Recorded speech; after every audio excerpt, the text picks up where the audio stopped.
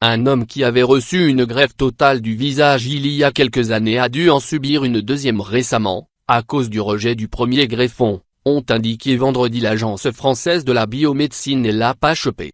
Ce cas inédit illustre les risques importants de complications de cette technique spectaculaire, due au phénomène de rejet et au traitement destiné à l'éviter, qui abaisse les défenses de l'organisme.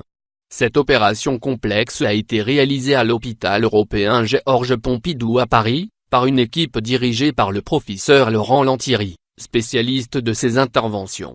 Elle a démarré lundi 15 janvier en début d'après-midi et s'est terminée mardi 16 janvier en début de matinée, selon un communiqué de l'Agence de la biomédecine et l'assistance publique, Hôpitaux de Paris. La greffe est intervenue sur un patient qui avait déjà bénéficié d'une greffe de face et qui présentait un rejet chronique, précise le communiqué. Il avait été remis sur liste d'attente le 27 octobre.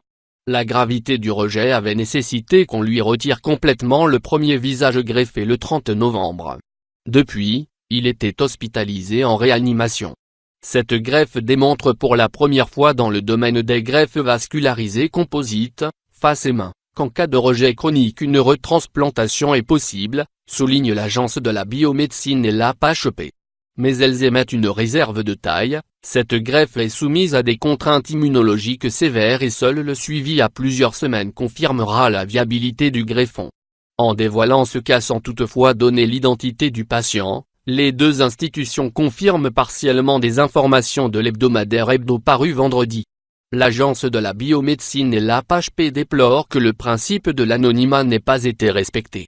L'application stricte de ce principe est indispensable au respect du donneur et de sa famille dont le deuil doit être protégé, écrivent-elles. Selon elles, une enquête administrative sera réalisée pour rechercher l'origine de cette violation élémentaire du principe d'anonymat.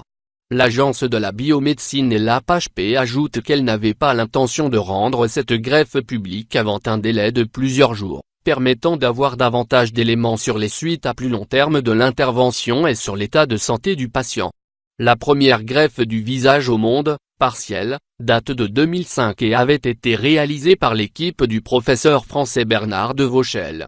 Elle avait bénéficié à une femme de 38 ans, Isabelle Dinoir, défigurée par son chien. Cette dernière est décédée en avril 2016 d'une tumeur maligne.